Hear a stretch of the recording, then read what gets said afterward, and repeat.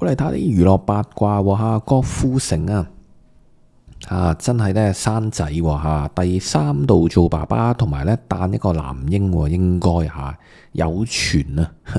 咁咧就30號嘅時候咧已經瘋傳咧佢個 BB 出咗世噶啦，話7.1磅喎。咁因為咧預產期係10月，以至咧阿成成都話之前就準備要請假噶啦，因為佢內地個演唱會完咗咧要放假1個月。就似乎係陪阿方媛咧生個仔噶啦，咁依家就好似早咗啲咯。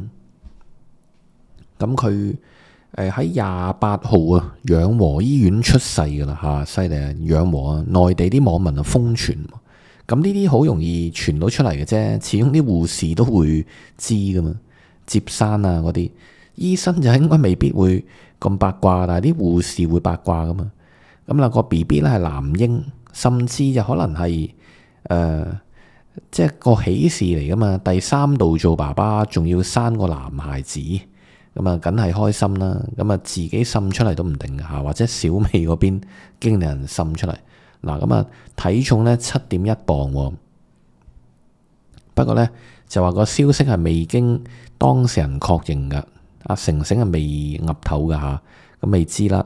咁啊，等多陣先啦。大家中意咧，佢生個仔嘅，因為四大天王啦，個個生女嘅，有個宿命誕唔到男丁嘅。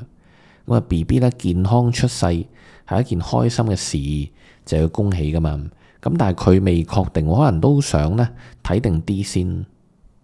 嗱，哇，咁啊犀利啦！之前咧有啲 TVB 嗰啲女星就係嫁到啲有錢仔啊嘛。咁啊，話幾十萬咧嗰啲月子中心，咁而家就直情話佢天王嚟噶嘛，成成就豪花咧200萬訂一個貴族級嘅月子中心，話已經係好正噶啦，嗰個幾廿萬嗰啲。咁而家呢個200萬咧，哇真係皇后咁服侍，真係專人照料飲食24小時人看護，有醫生，有中醫係嘛，按摩推拿。甜品咩都有超正200萬，唔知會點呢？會唔會開箱成成200萬嘅一個月子中心服務？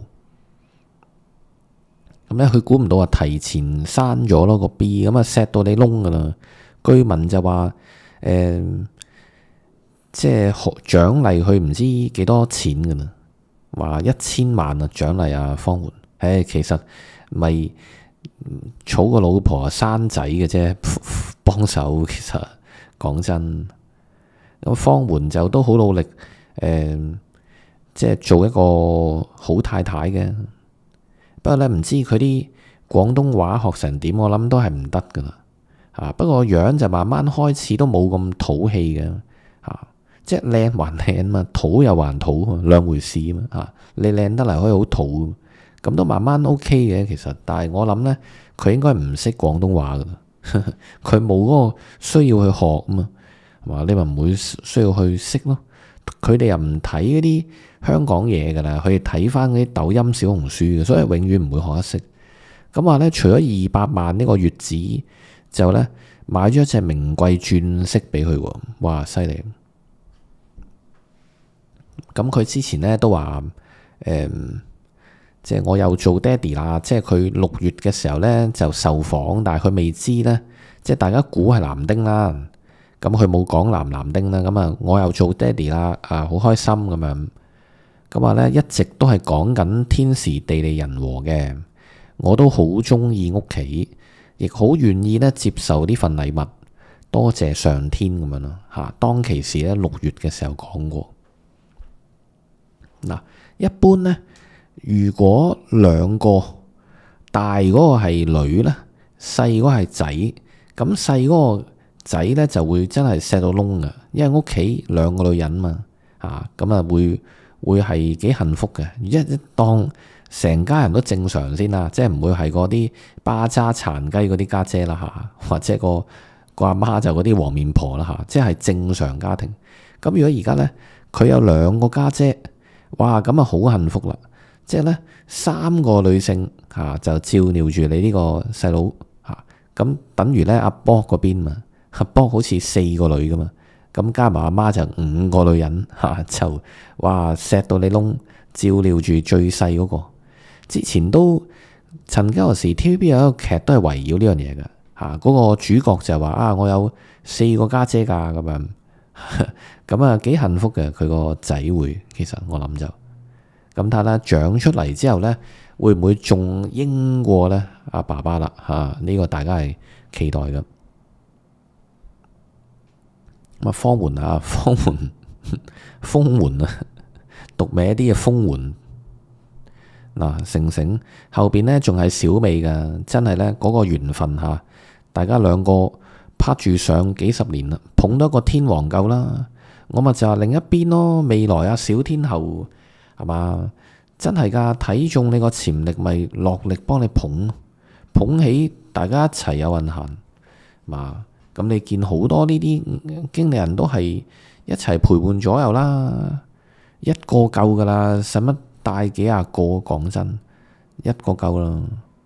嗱，嚟睇下咧，譚校長呢邊我哋75歲噶啦，譚校長咁呢，就佢都係男神級別啦，當年係嘛，陳百強、張國榮三紅鼎立。